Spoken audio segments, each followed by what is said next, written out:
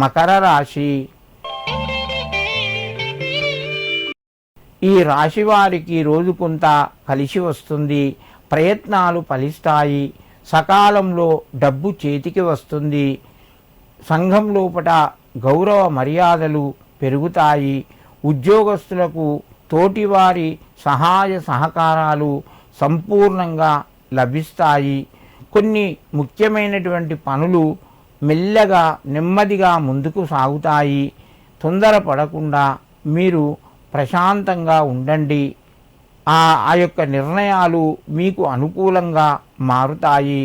మకర రాశి వారు ఈరోజు శ్రీ హయగ్రీవాయ నమః అని చెప్పి హయగ్రీవునికి నమస్కరించుకొని మీ పనులు ప్రారంభించండి.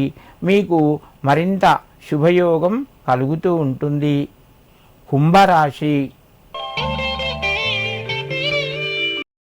ఈ రాశి వారికి రోజు మధ్యమ స్థాయిగా చెప్పవచ్చును. పరిస్థితులు కొంతవరకు చక్కబడతాయి. పిల్లలు మీ మాట వింటారు. పిల్లల ద్వారా శుభవార్తను వింటారు.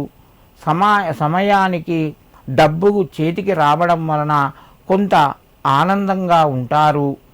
గృహము, భూమికి సంబంధించిన నిర్ణయాలు మీరు ఈరోజు కొంత అనుకూలించడం వలన నిర్ణయాలు తీసుకోగలుగుతారు.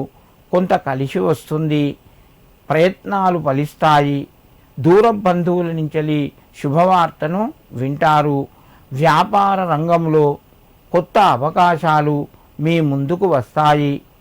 కుంభరాశి వారు ఈరోజు శివాలయం లోపట నెయ్యి దీపాన్ని వెలిగించండి. మీకు మరింత శుభయోగం కలుగుతూ ఉంటుంది. మీనరాశి. ఈ రాశి వారికి ఈరోజు అనుకూలంగా చెప్పుకోవచ్చును. ప్రయత్నాలు ఫలిస్తాయి. ప్రతి విషయానికి మానసిక సంఘర్షణ జరిగే అవకాశాలు ఉన్నాయి. ఎందుకంటే కుజుడు, శని ఇద్దరూ కలవడం వలన కొంత మానసిక ఆందోళన పెరిగే అవకాశాలు ఉన్నాయి. ప్రతి విషయానికి టెన్షన్ పడకుండా ప్రశాంతంగా మీరు వినండి. ఆలోచించి నిర్ణయాలు తీసుకోండి. దీనివల్ల మీకు కొంత ఆరోగ్యం అనుకూలంగా ఉంటుంది. ఒత్తిడి తగ్గుతూ ఉంటుంది.